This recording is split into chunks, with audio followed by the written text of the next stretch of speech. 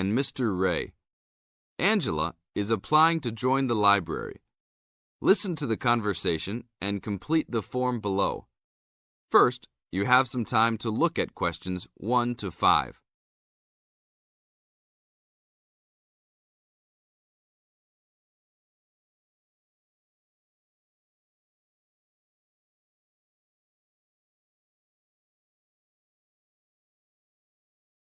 Now we shall begin. You should answer the questions as you listen, because you will never hear the recording a second time. Hello, how can I join the library? Well, you need to make an application. Would you like to do it now? Yes, if I can. One moment and I'll get the form. Now, I just need to ask you a few questions before you sign at the bottom. Okay. Your full name, please. Angela Mary Price. Price? Yes, that's right. Okay. And your address? Apartment 3, 86 Bridge Street, Pimlico. Bridge Street. That's just near here, isn't it? Yes, not very far. Good. So the postcode must be 2065, right? Yes, that's right. Now, your telephone number. I need both home and work if you have them. My home number is 8763-5142, and work is 8456-1307. Do you need anything else, like ID or something? Yes, your driver's license will do, if you have one. Right. It's easy to remember. I know it by heart. 4040AC. I'm afraid I'll also need to see it. Okay, here it is. Thanks.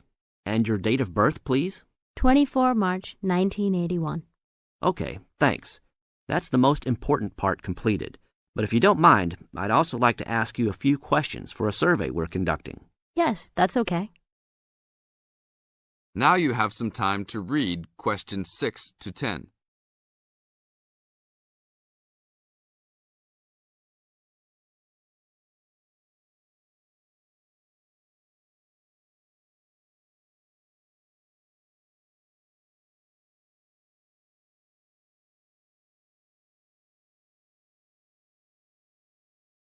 As the conversation continues, answer questions 6 to 10. What kind of books do you like to read? Here's a list to look at. Oh, it varies from time to time, but I always like to relax and learn about other countries I might visit one day. I don't like anything too heavy or serious, unless it's about animals or the environment. I'm not really into sport very much. Anything else? Well, I do like entertaining at home. You know, dinner parties. So I suppose you'll have something for me in that line. The pictures in those books always make me hungry, although they never seem to turn out exactly as they look in the books. Fine. I think that's all I need now, except I need you to sign here on the application form. Oh, and I almost forgot. The membership fee is $20, which is refundable if you no longer stay a member. There you are. Do I sign at the bottom here? Yes, that's right. You can borrow books now if you wish, although your membership card won't be ready until next week.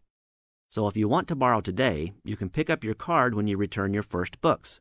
That's if you want to take some now. I think I will, but I'll have a look around first. Okay, take your time. That is the end of part 1. You now have half a minute to check your answers.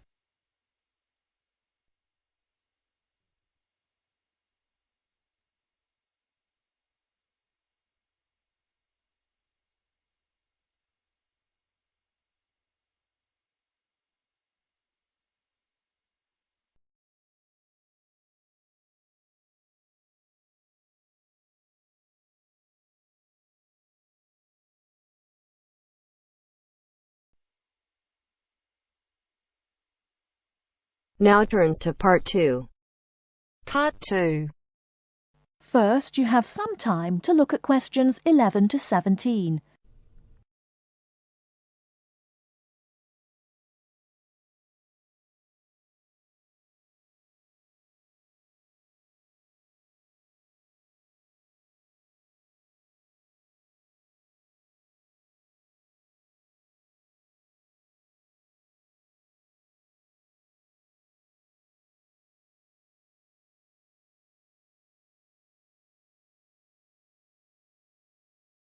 Now, listen carefully and answer questions 11 to 17. Hello, and thanks everyone for coming here today. I know it's always a bit stressful going for a job interview, but it's best to be prepared. For any of you who may not know me, my name is Fiona Ogilvie, and my job is to offer guidance and support for students with special needs. Now, you wouldn't be here today if you weren't interested in finding a job in the holidays. So let's get down to it and see what things you need to be looking out for. Most of you, I hope, will be applying for jobs with the companies that have been recommended by the university. The reason for this is that we here at the university already know these companies and have established good working relationships with them. I've also been to visit all of them and checked out the facilities they have to offer. You really need to make informed choices when you're looking for a job and make sure you know before you even get to the interview stage that your needs will be met. But I know that some of you are applying for jobs independently and have looked at companies outside the university recommended list. So for you, it's best to plan ahead and be aware of what it is you may need while you're working. Things that you need to check when you go for an interview are there enough toilet facilities and are these easily accessible? Also, you want to check that all the public areas inside the building are barrier-free, so you can get direct access to these public spaces whenever you need to. And ask about ramps into the building, so you know how many there are and where they are located. These kinds of things are so much more difficult to sort out when you've started work, as they take time. But ramps are an absolute must, so please make sure you know where they are. Another thing you must make sure of is that the lifts have the correct lowered control panels.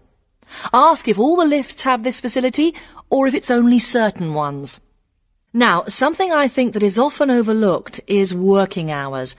What you want to make sure of is that you get flexi time. This basically means that your working hours are flexible and you can clock on and clock off in times that suit you. Within reason, of course. Most companies do recognise that it takes much longer for someone in a wheelchair to get on and off buses and trains. Public transport can take that much longer, so you need to be organised and prepared. And for those of you lucky enough to own a car, check how many disability parking spaces are available. Remember that it's your right to have a disabled parking space. These also need to be near enough to a wheelchair accessible entrance or ramp. OK, are there any questions before we move on? Before you hear the rest of the talk, you have some time to look at questions 18 to 20.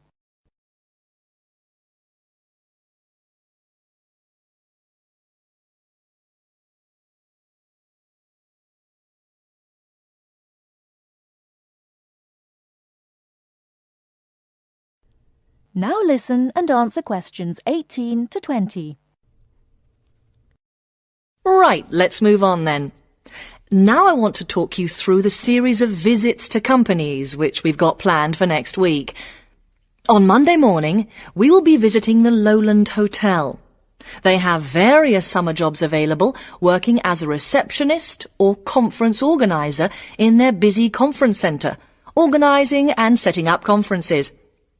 You need to be prepared for working in an office environment and spending quite a bit of time talking on the telephone. The bus leaves for the hotel at 9 a.m, so make sure you leave yourself plenty of time to get there. When you arrive at the hotel, please gather in the reception area and wait for someone to take you to your first session, which will be a talk. The talk at the hotel will begin at 10 a.m, and then there will be a short tour of the hotel. There will be a light lunch provided, which is usually salads and sandwiches. The next place we'll be visiting will be on Tuesday afternoon. We'll be going to visit a little local company that makes handmade paper and cards. For those of you studying art, this may be just what you're looking for. We'll be taken on a tour of the company which lasts 3 hours. The tour will start at 3:30 p.m. and after that you'll have a chance to meet some of the staff. Tea and coffee will also be provided. We have no trips planned for Wednesday, but on Thursday morning we'll be going to Tobago Travel Agency. This is a very popular choice amongst our students because you can get student discounts on holidays. We've booked a coach for this and it'll leave from outside the refectory at 8 a.m. You'll need to bring a packed lunch for this, so please don't forget. There is a little canteen where you can buy hot and cold food, but this is closed on Thursdays.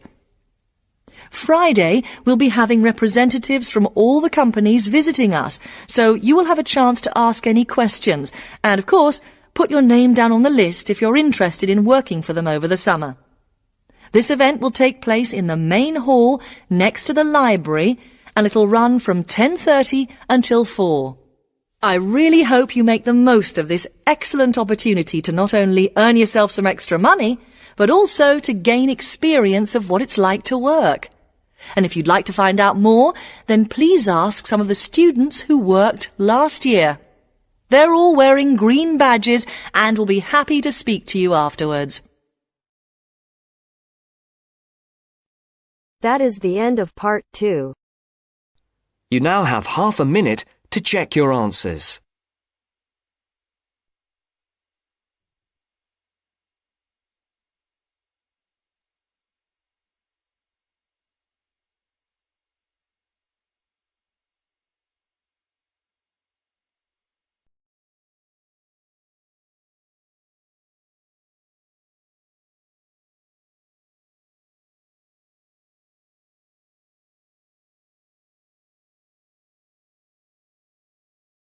Now turns to part 3.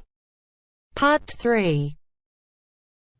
You'll hear 2 university students discussing a social science lecture they attended. First, you have some time to look at questions 21 to 24.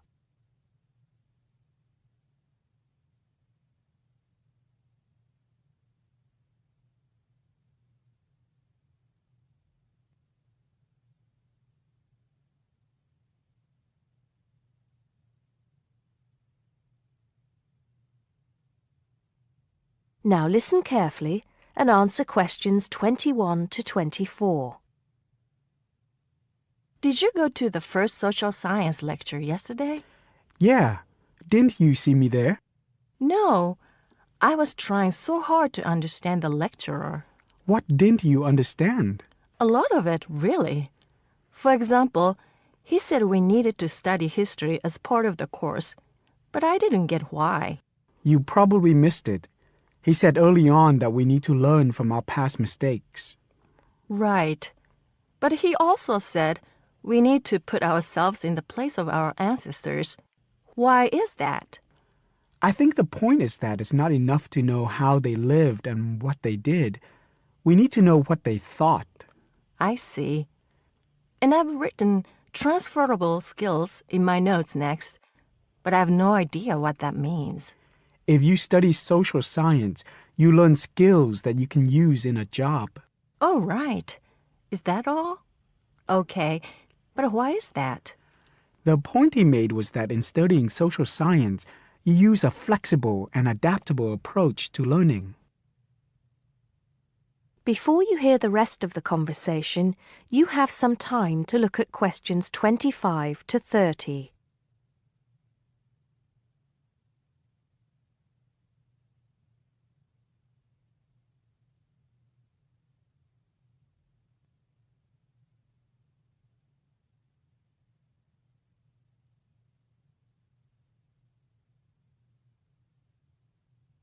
Now listen and answer questions 25 to 30. He also kept mentioning all the other subjects we will need to study as part of the course. I didn't write them all down, did you? Some of them. I think I can make sense of my notes. The first one was anthropology, which he said would cover prehistory and archaeology as well. Okay. Then there's economics. I wrote down that this was not meant to mean that we will spend all our time looking at economic theory, but more that we need to see how humans behave. That's good. I don't think I could handle economic theory. He said something about education too, didn't he? Yeah. He said we'll be looking at how cultural information is handed down from one generation to the next through teaching children. He said we'd be focusing on geography too, but I can't really remember which aspects. Can you? I noted it down, I think. Here we are, yes, particularly in relation to urban planning. It's law that I got confused about. I didn't understand why he linked that to economics. I think he meant that laws affect the way wealth is distributed. That makes sense. Now, what are the science wars?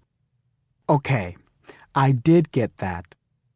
The science wars are about how social science collects information. In sociology and social work, and in social science generally, they can only study patterns of behavior and observe. If you compare that to the way scientists work in physics or chemistry, it's very different because they use specific experiments that can be tested and which give concrete answers. Social studies is often accused of being unscientific. That's all. Okay. But it still looks like a good course, doesn't it? You don't have any regrets, do you? None at all. I'm looking forward to it. That is the end of part 3. You now have half a minute to check your answers.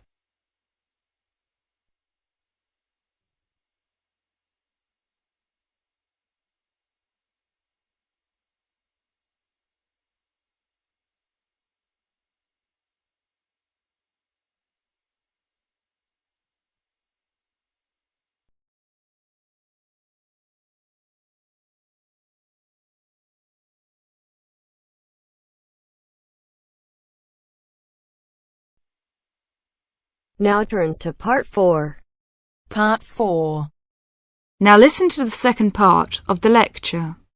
As you listen, complete the notes below. First, you have some time to look at questions 31 to 40.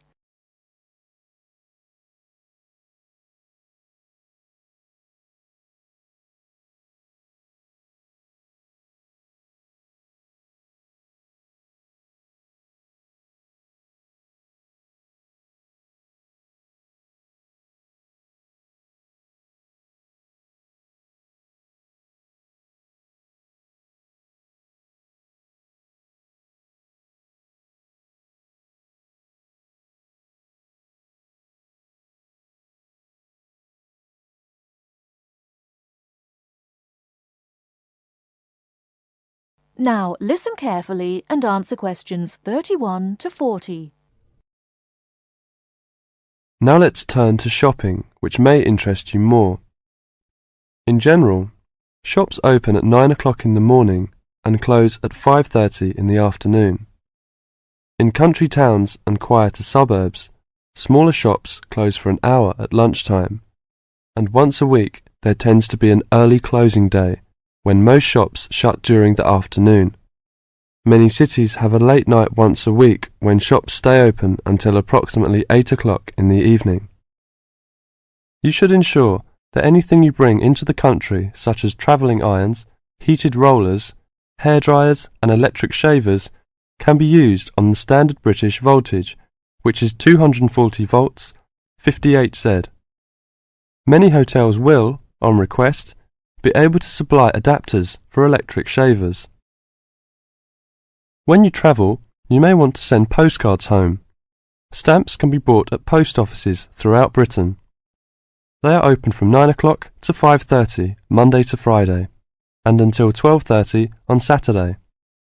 Stamps can also be bought at postal centre stamp dispensers, at large stores and major tourist attractions.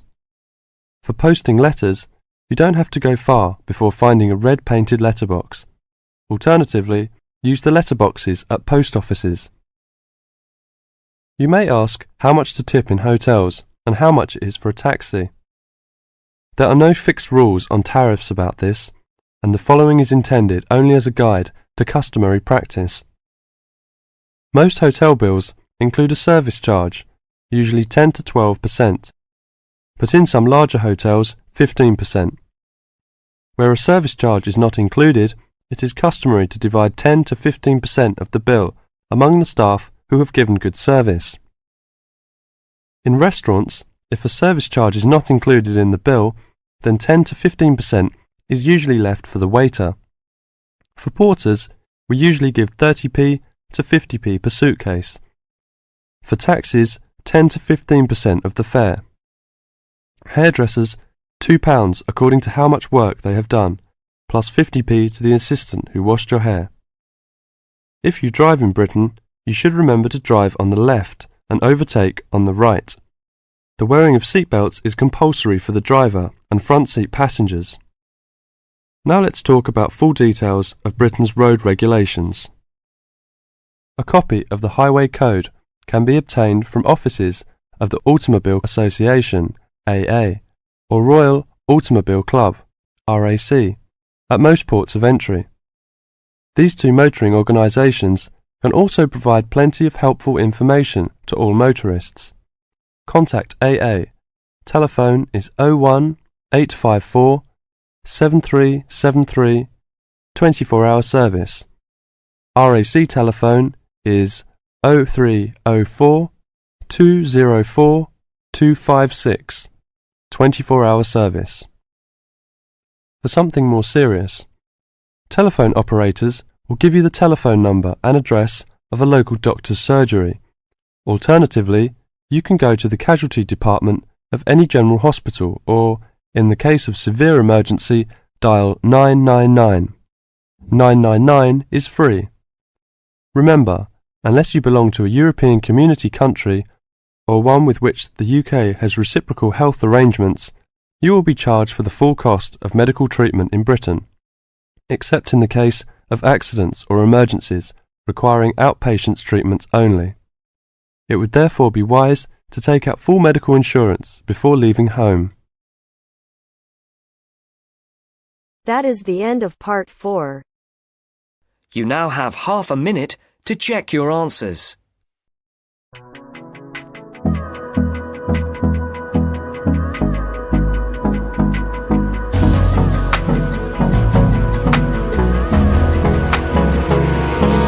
Hold me close till I get up. Time is barely on our side. I don't wanna waste what's left. The storms we chase are leading us, and love is all we'll ever trust. Yeah, no, I don't wanna waste what's left. And on we'll go, through the wastelands, through the highways. You'll hear a conversation between Alan and Gianna, the office counsellor of a company. First, you have some time to read questions 1 to 6.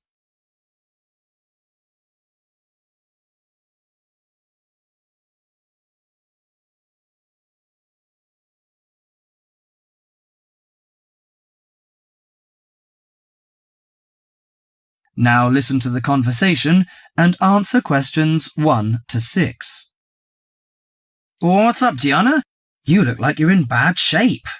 Yes, maybe I'll get sick leave from the boss and finally catch up on some sleep. I've barely eaten and slept in days. Those are warning signs of occupational stress. How are things at work? Terrible. After all the layoffs lately, the workload is totally overwhelming for everyone that's left. So I spend every waking moment in the office. I'm kept busy all the time. So you need to take a few minutes break every so often to clear and refresh your mind. But my boss will complain I'm not hard-working. She's so capricious that you can't predict her reaction sometimes. Maybe your boss just doesn't have a clue about how much you're really doing. Keep her updated on your achievements and projects. Also insist that she prioritize everything so you can manage your time better. That's right. I suppose that would help me regain some sense of control, but I'm afraid that she'll take that as a sign of laziness and give me the axe. So, take the initiative and hit the job hunting trail now. You'll be surprised at how many opportunities are out there. That's encouraging. Anyway, you should cheer up and get rid of the situation. You know, according to a survey, about 40% of all people find their work very stressful, and 25% develop mental or physical diseases.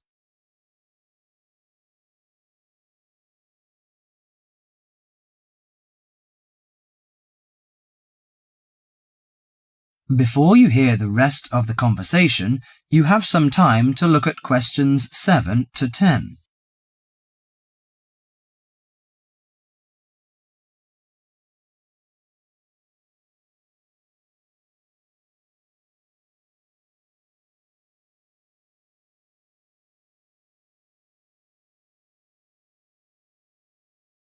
Now listen to the conversation and answer questions 7 to 10. So serious? I didn't know that. How do the problems start? You know, they start when conflicts at work induces stress. Your body reacts by flooding the bloodstream with hormones that tense up your muscles and increase your blood pressure. This is meant to save you in a fight or flight situation, but leads to a host of illnesses, ranging from insomnia and headaches to heart attacks, when it occurs regularly over an extended period of time.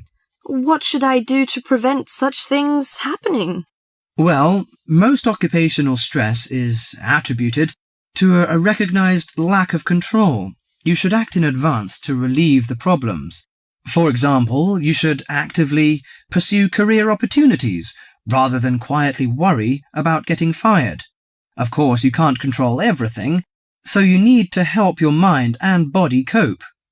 Keep a journal to release your frustrations, take short walks to calm down, or if necessary, simply take a mental health day. That is the end of part 1.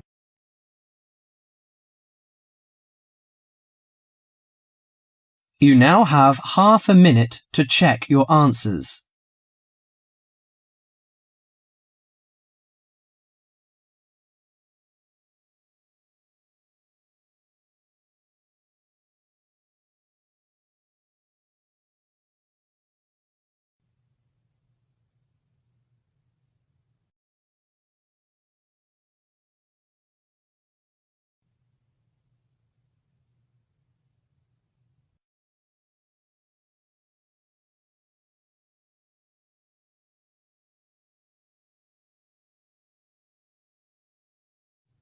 You'll hear a guide talking to visitors about a tourist attraction. First, you have some time to look at questions 11 to 14.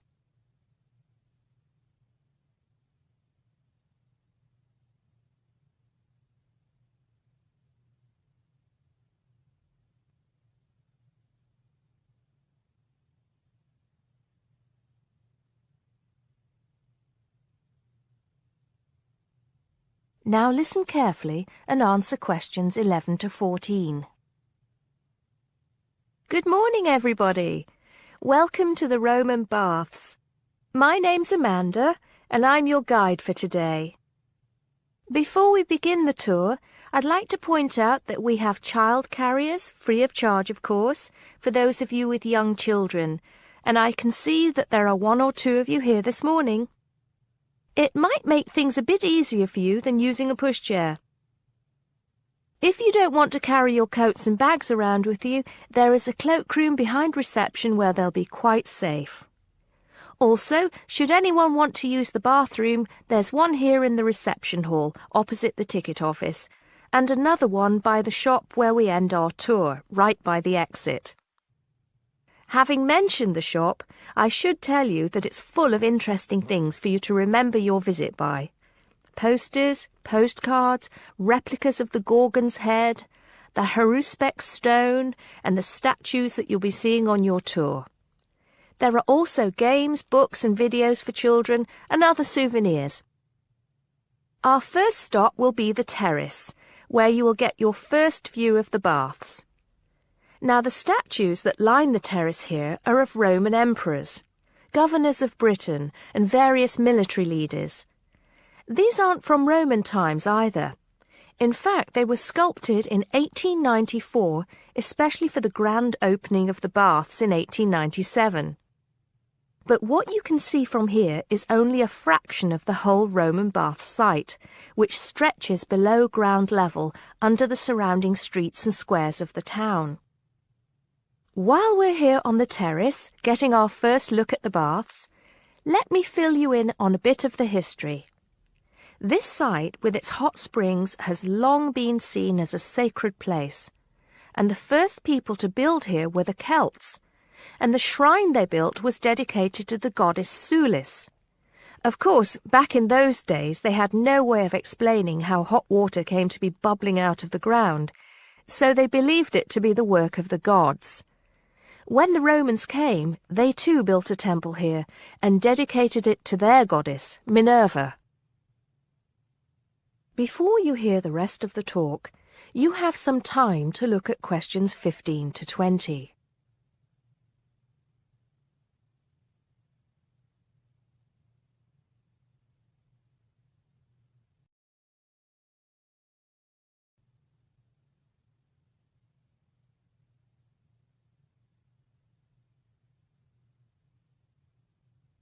Now listen and answer questions 15 to 20. The bath you can see from here is called the Great Bath. Not very imaginative, I know, but it is the biggest. Impressive, isn't it? At one time it was housed in a huge vaulted hall 40 metres high, which for many people of the period must have been the largest building they'd ever seen in their lives. The bath itself is 1.6 metres deep, ideal for bathing, and has steps leading down to the water on all sides. The niches or alcoves you can see all around the bath would have had benches and possibly small tables for drinks and snacks. Not a bad way to spend your free time, relax, and tell yourself it's all good for your health. Let's move on to our next stop, the Sacred Spring. This is the heart of the site, where the hot water bubbles up from the ground at a temperature of 46 degrees centigrade.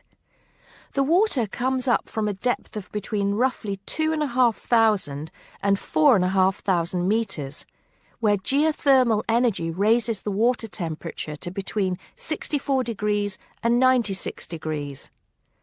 Over 1 million litres of this hot water rise up here every day, and as well as being hot, the water is rich in minerals, and it was thought it would cure various ailments and illnesses. In fact, people came here from all over the Roman Empire to try out its healing powers. Before we take a look at the changing rooms and saunas, which are known as the East Baths, and the plunge pools and heated rooms of the west part of the bathhouse, we'll pass through the site of the temple and the temple courtyard. Here we are. This temple is one of only 2 known classical Roman temples in Britain. The other is the Temple of Claudius at Colchester. This temple is said to date from the late 1st century AD, being built between 60 and 70 AD. But the original temple has been knocked about and added to over the centuries, and what you can see here are just bits of the original temple. Okay, shall we move on? Now turns to part 2. You now have half a minute to check your answers.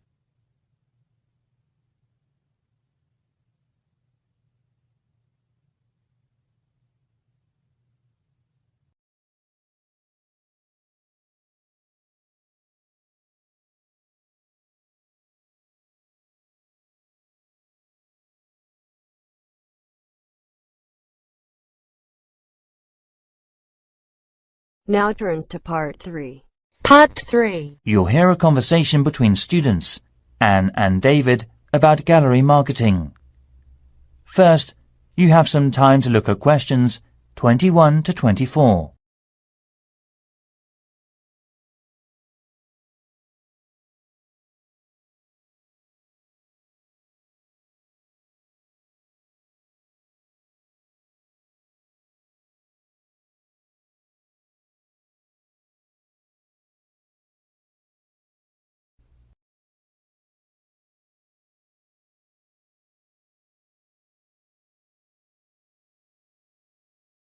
Now listen carefully and answer the questions 21 to 24. Anne, we really need to get working on this gallery marketing assignment. We've only got 2 weeks left until the end of the month to set up. Right, so how about getting started now? We need to work through the instructions. Well, we must search for one area from tourism industries, like the museum or gallery. There are lots of sites online. What are they about? The National Science Museum, the History Museum, the War Museum, the Tate Modern Art Gallery, and so on. You got more? We've got plenty. I've got an idea to find out the best comment. Coming this Friday, we'll get more information at the London Museum because it shows all the visitors' guidebooks of museums or galleries in the UK. It also runs a small workshop about non-profit tourism industries marketing. Great. So after visiting there, we have to use research methods such as telephone interviews, questionnaires on the street, or sending out emails. Actually, we don't have a choice. We have to send the email. Right, we don't have to waste time deciding among them. By the way, how do we get the responses? Let's contact the London Museum's Information Centre. Actually, it may be helpful to us to collect data through our head course leader. How many people do we have to interview? Well, we have to split into 3 groups. And it looks like we have to interview 30 people for each group. So 90 altogether then. It depends on the ages too, right? That's right. So are they all the requirements?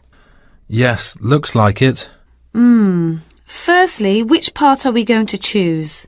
My preference would be a modern art gallery, since that's where I spend most of the time. I think you've got something wrong.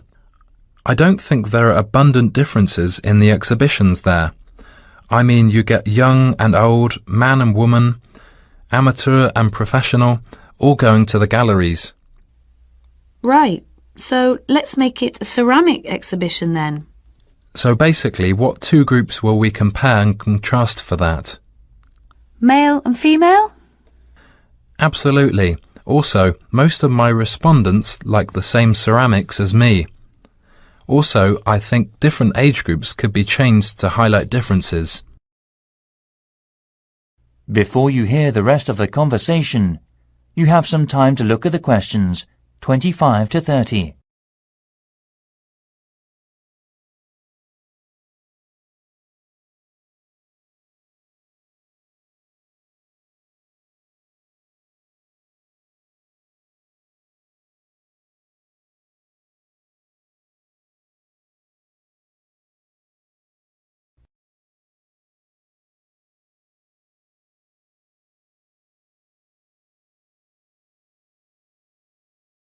Now listen and answer questions 25 to 30.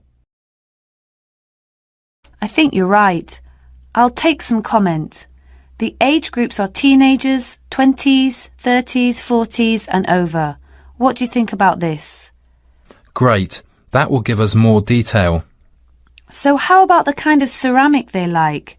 Let's give them some options and then we can just tick boxes. OK, let's have Asian, European, African. What else? Something special? Well, we should include the Incas in Peru. Some people like this style, you know. OK. And then we should know about their understanding of ceramics. They can learn about that thanks to a gallery curator who can inform them about the patterns and markings through picture and local clay. I'm curious about how they were made. I mean a process with painting and things embedded on the surface. At that time, the equipment and materials were not good, compared with the present day. I agree. We should also include an earthen vessel, of course. Right. The next step could be about where they were actually from. They were made from local clay, weren't they? Things such as mountain, lake, basement and so forth. I think so. One more thing is the colour on the bottle. How did the ancients get the tone? On the internet, it said they got it through dried plants. They were working again to make a tone, drying and sorting. OK, I see. To get more hard tone, they included other strong herbs or something. At that time, the colours were used by the rich with property. Great. You've got plenty of data, David. No. It's just beginning. We have to look for something special with more details and history for the presentation next week. The end of part 3. You now have half a minute to check your answers.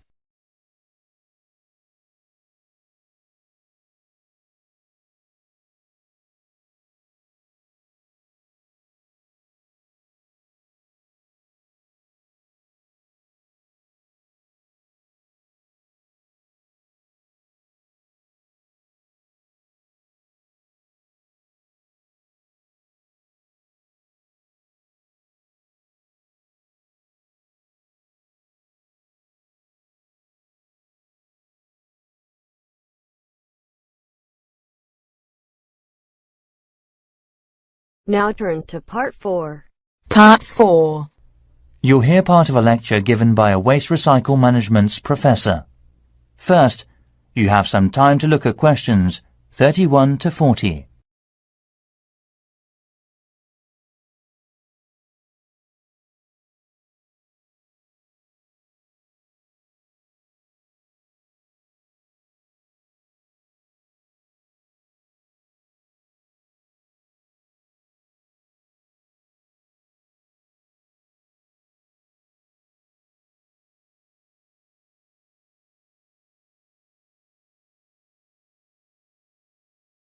Now listen carefully and answer the questions 31 to 40. Hi everyone. This morning I'm going to talk to you about flea markets in England.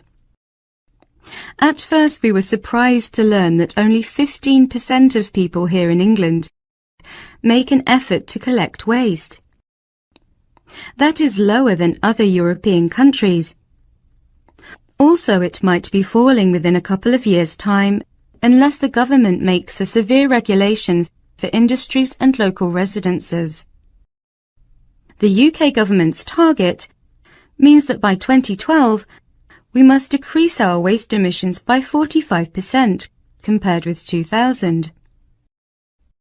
Local councils can offer support to meet that target by taking part in the National Green Campaign and investing in local flea markets. Most of all, these markets reduce waste emissions from landfill sites. A flea market, or swap meet, is a type of bazaar where very cheap or second-hand goods are sold or bartered for. It may be indoors, like in a warehouse or school gymnasium, or it may be outdoors, like in a field or under a tent. The flea market vendors display the goods used on the table for selling, such as a few unwanted household items to operate commerce, including a variety of used living products. Many flea markets in European countries have food vendors who sell snacks and drinks to the visitors, and may be part of a small event such as carnivals or concerts. As part of our research, our team carried out a questionnaire with people in the local area. The results said, we need to open more second-hand shops. However, one problem is that there is a lack of information and marketing. To solve the problems, local councils should invest and support in flea markets by doing things like creating parking space, organising security, public promotions using the internet and other resources. We were also surprised to discover how waste such as furniture, computers, kitchen tools, and other such things are reused. And wooden furniture or electronic products are easy to recycle because they can be reused over and over again without becoming weaker. Around 3 million electronic goods are thrown away per year. Also, around 500,000 pieces of furniture are also disposed of. Only 1/5 is collected, and fortunately recycled through many local flea markets. In 2009, there were around 3,000 flea markets in England. The number is increasing, steadily, so far. Surprisingly, by collecting under 15% of old books, lots of paper is imported, so more paper can be recycled in the UK. Europe recycles 50% of its paper, and Germany recycles 80% of its paper. When recycling launched, there were quality problems, so it was so hard to reuse paper in office sheets.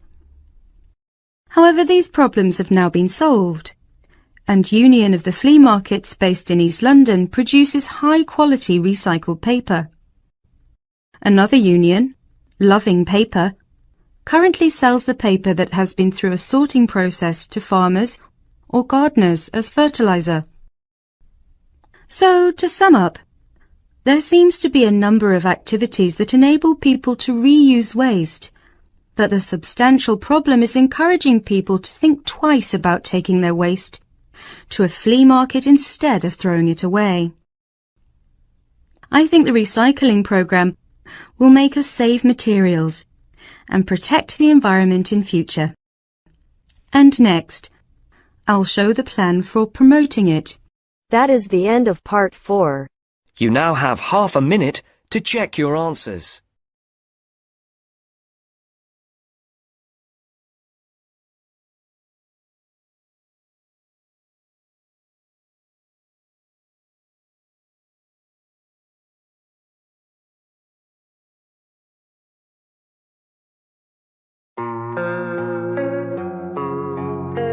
Through the wastelands, through the highways